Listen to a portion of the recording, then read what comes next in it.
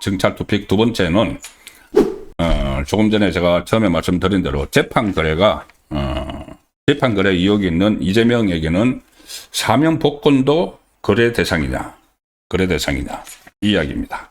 오늘 정찰 토픽 두 번째입니다. 재판 거래는 다 아시는 이야기죠. 재판 거래 권순일 그때 대법관 이재명이 이번에 말고 지난번에 경기도지사 선거 때 그때도 허위사실 유포를 해서 2심에서 징역 벌금 150만 원을 받았습니다. 경기도지사 때 경기도지사 선거에서 뭐 친형 강제 입원하고 검사 사칭 여기 이제 거짓말을 해서 1심에서는 무죄 나는데 2심에서 징역 벌금 150만 원을 받았죠. 그러니까 벌금 100만 원 이상이면 모든 게 다 없어지죠. 다 날아가죠. 그런데 대법원에서 무죄 취지 파기환송을 했는데 그때 권순일과 재판 거래가 있었다. 김만배가 뭐 권순일 방에 찾아가고 뭐 바깥에서 박스 들고 뭐 찾아가고 이런 이야기가 있었습니다. 그래서 그 권순일이 그 다음에 김만배의 화천대유 고문으로 가서 뭐 일도 안 하고 뭐 수억 원 받고 이런 것도 있었고 50억 클럽 이야기도 나오고 했었죠. 자, 그런데 권순일에 대해서 그때 수사가 진행 중이었는데 이 상황이 이렇게 되고 나서 또 이거 허지부지 되는 것 같습니다. 권순일의 재판 거래 외에도 또 재판 거래 의혹이 그때 있었죠. 이재명 본인이 그 대법원에서 무죄 취지 파기환송을 받은 그 사건을 놓고 이재명이 김어준 방송에 가서 그 대법원 쪽에서 자기 무죄라고 이렇게 연락을 받았는데 왜 유죄 취지로 됐는지 모르겠다 이런 이야기를 했습니다. 그럼 대법원에 누군가하고 또 거래가 있었다는 이야기가 될 수도 있는 거죠. 자, 어쨌든 재판 거래를 하고 있는 그 의혹이 있는 이재명이 이번에는 집권을 한 후에 사면권 고유 권한인 사면권도 지금 거래 대상으로 삼는 것 아니냐는 말이 나옵니다. 왜 그러냐면은 이 8.15 때 조국에 대해서 사면 복권을 해줬죠. 조국 사면 복권. 그것도 일종의 이 거래였다는 의혹이 그때 많았습니다. 징역 2년을 받은 사람을 지금 8개월 정도 살고 나서 사면을 해줘버렸으니까는, 풀어줬으니까는, 그리고 복권까지 해줘서 지금 뭐 다시 뭐 조국당의 대표가 됐죠. 그리고 뭐 지방선거 나온다 이렇게 하고 있는데, 물론 뭐 소멸되고 있습니다. 뭐 지금 지지율 뭐 2%, 3% 나오는 그런 정당, 호남에서도 맥을 못 쓰는, 어쨌든 그렇지만은 조국을 사면 복권을 했습니다. 자, 왜 사면 복권을 했을까? 그때 그런 이야기 나왔죠. 이 최강욱 전 민주당 의원도 그런 취지로 실토를 했죠. 대선에 후보를 내지 않아주면은, 집권하면은 바로 풀어주겠다는 약속을 했다는 그 밀락설이 있습니다. 그 밀락설. 그러니까 만약에 조국은 뭐 감옥에 있으니까 후보로 못 나오지만은 조국당에서 대선에 후보를 내면은 이 좌파 진영의 표를 잠식을 하니까는, 이준석이 그때 우파 진영의 표를 잠식을 한 것처럼 잠식을 하니까는 이재명 집권이 불리해지죠. 그러니까 조국당에서 후보를 내지 않고 오히려 이재명 지지를 하는 그 상황을 만들어 주면은, 그래서 이재명이 집권을 하면은 바로 풀어주겠다. 이게 사면거래죠. 사면거래인데, 이번에 그런 사면거래가 있었다는 내용이 조금 전에 제가 얼핏 설명드린 백강현 전 민주당 권리당원이 국회에서 공개한 녹취록이었죠.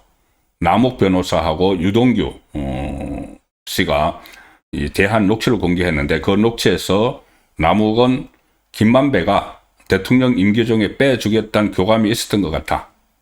김만배는 3년만 살면 된다. 감옥에서 3년만 살 거라는 얘기를 많이 했다는 그 대화록이 공개가 됐죠. 자, 그러면은 이게 물론 이 녹음이 된 시점은 2023년이고 이 대화를 한 시점은 2021년, 그러니까 대장동 사건이 터졌을 때입니다. 그러니까 2022년 대선에서 이재명이 이겨서 집권을 하면은 자기는 3년만 살 거다. 자, 그러면은 3년만 살 거라는 확신을 갖는 것은 이재명이 집권을 하고 자기를 사면 복권해 줄 거라는 이야기죠. 그러면은 이게 사면 거래가 되는 겁니다. 이재명과 거래를 한 게 되는 거죠. 근데 집권 그때는 2022년에는 이재명이 당선되지 못했고, 이제 이재명이 당선된 시점에 본인이 징역 8년을 받았고, 이 판결만 살고 나오면은 6천억 원의 자기 돈이 되는 상황, 구도를 이제 이재명 정권에서 만들어준 거죠.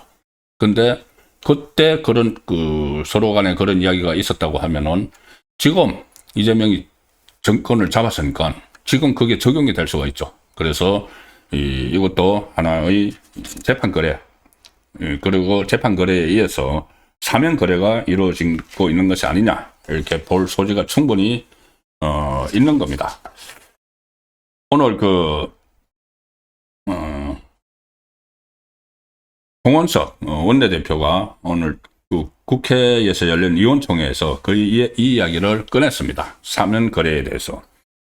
어제 공개된 대장동 일당 나무가 유동규의 녹취에서 김만배가 3년만 참으면 대통령 임기 중 빼주겠다는 교감이 있었다는 이야기가 있었는데, 지금 실제로 대장동 일당의 시나리오대로 시행되고 있는 것 아니냐. 이번에 비열한 사면거래 일각이 수면 위로 드러난 것인데 빙산의 일각이 나타난 것으로 보인다.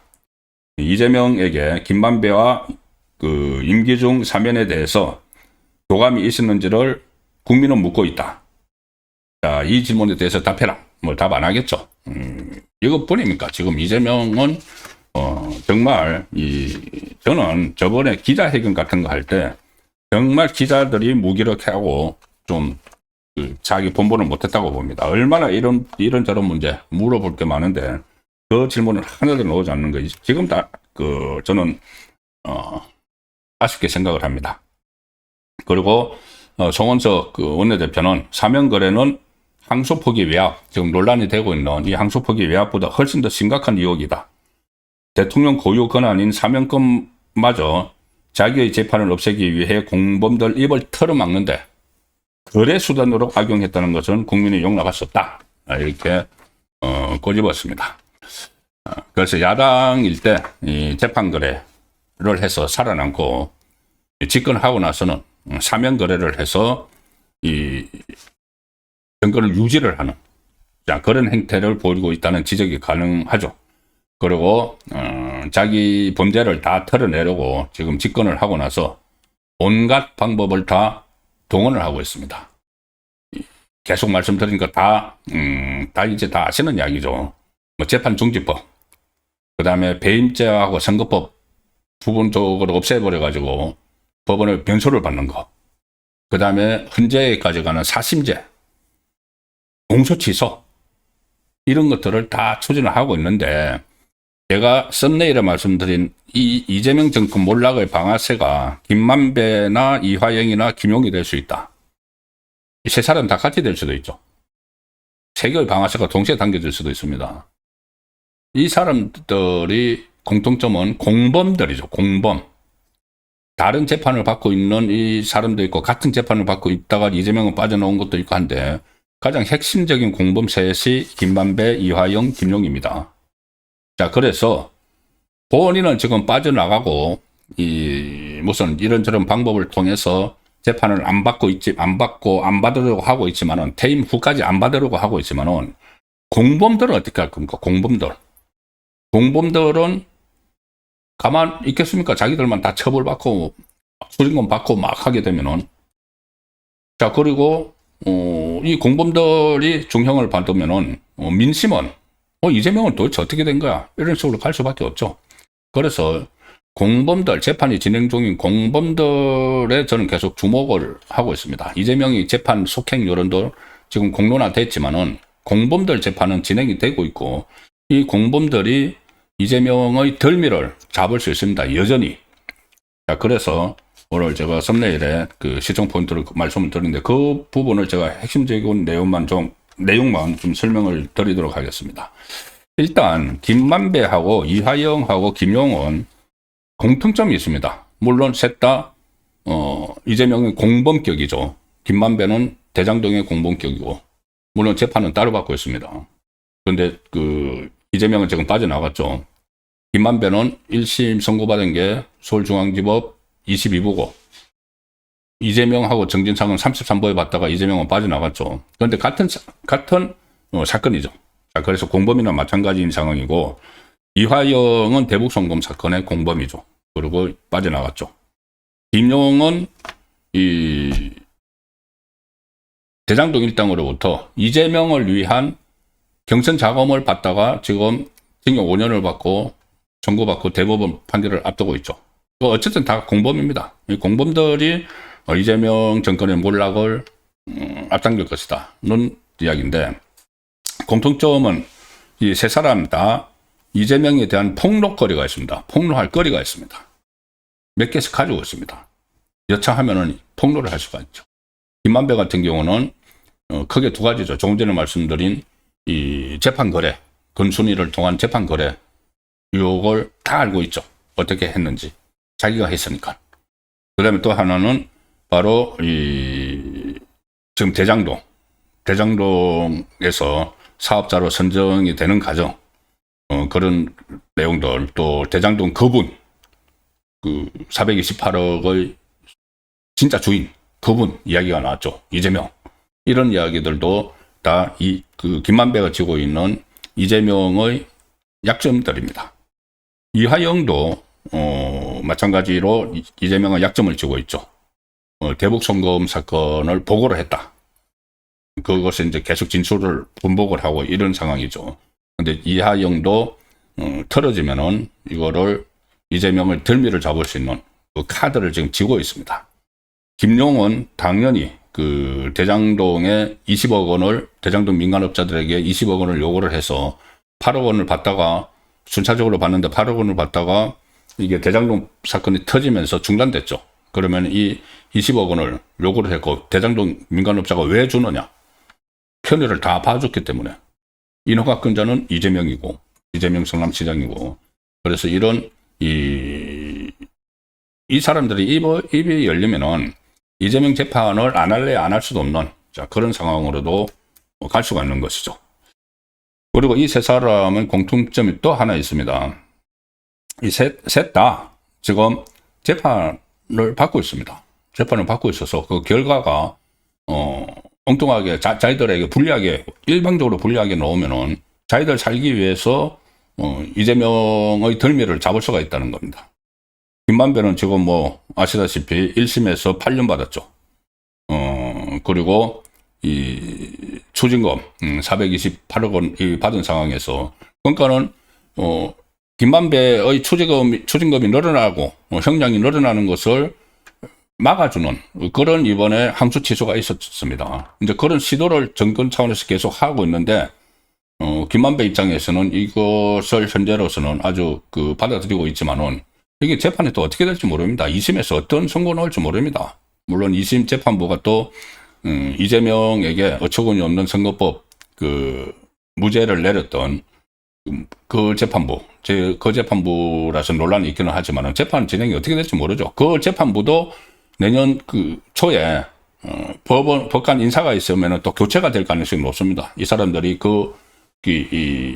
재판부를 구성한 지 2년이 지났기 때문에 그래도 교체가 될 가능성이 있으면은 이 김만배에 대한 2심 판결 어떻게 나올지 모릅니다. 물론 검찰이 항소를 하지 않아서 더 불리한 형은 내릴 수가 없지만, 이 김만배는 이거 외에도 여러 가지 다른 혐의 사건들이 많이 있죠.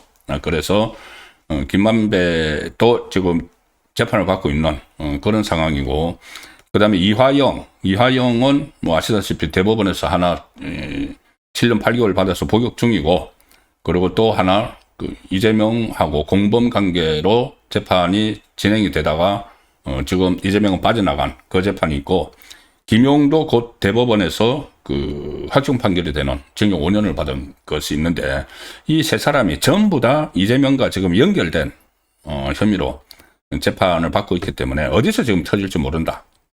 김만배에서 터질 수 있고, 이하영 터질 수 있고, 김용 터질 수 있고. 자, 그런 상황이어서 이 세 사람의 주목을 저는 하고 있습니다. 이 세 사람은 공통점 또 하나 있습니다. 셋 다 김현지하고 연결이 돼 있죠. 김현지.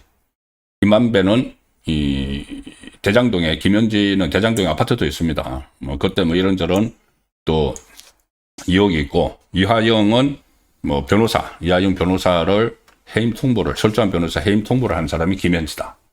뭐 김용은 얼마 전에 이 자기 알리바이 이 조작한 사람들에게 뭐 김희엇 지역가에게 상의를 하라. 전부 다 김현지와도 또 연락돼 있는. 그러니까 전부 다 공동 운명체로 묶여 있는데, 그 중에 가장 그러니까 이 세 사람이 김만배, 이화영, 김용이 결국은 이재명 정권의 몰락을 재촉하는 방아쇠를 당길 수 있다는 생각이 들어서 소개를 드렸습니다. 지금 이재명의 재판 리스크가 다시 이제 확 번지고 있는 상황이어서 이 세 사람을 주목해 봤습니다.